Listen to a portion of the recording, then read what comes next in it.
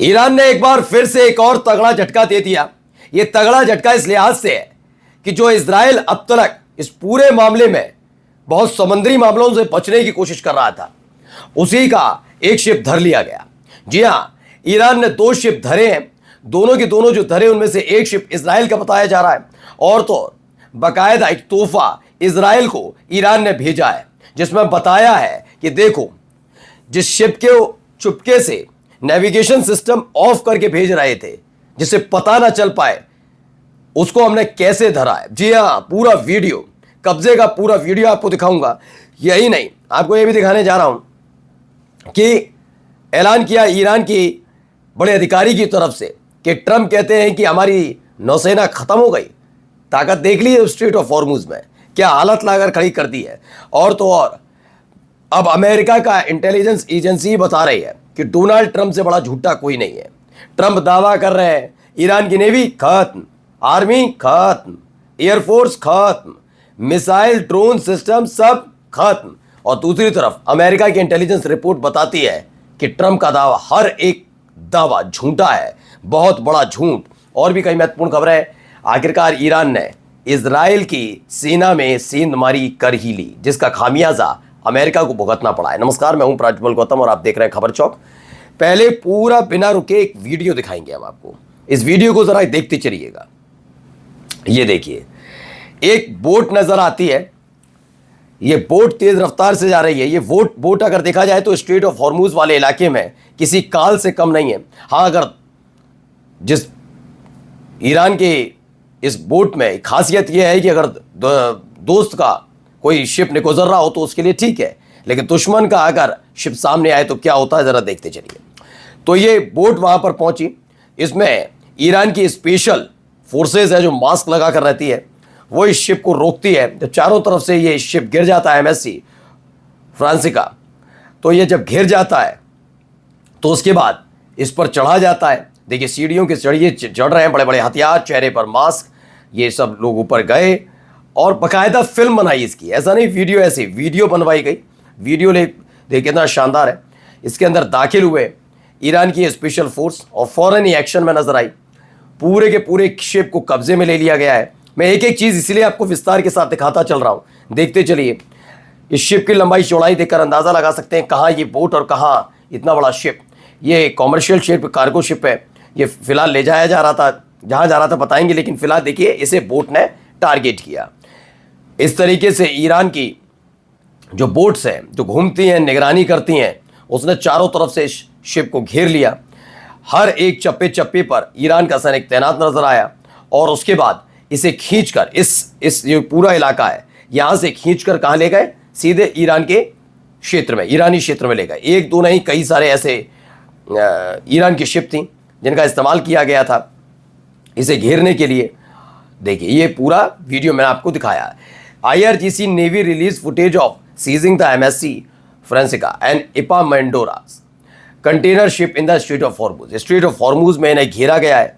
ये भी एक चीज़ निकल कर सामने, स्ट्रेट ऑफ हॉर्मुज में इन्हें घेरा।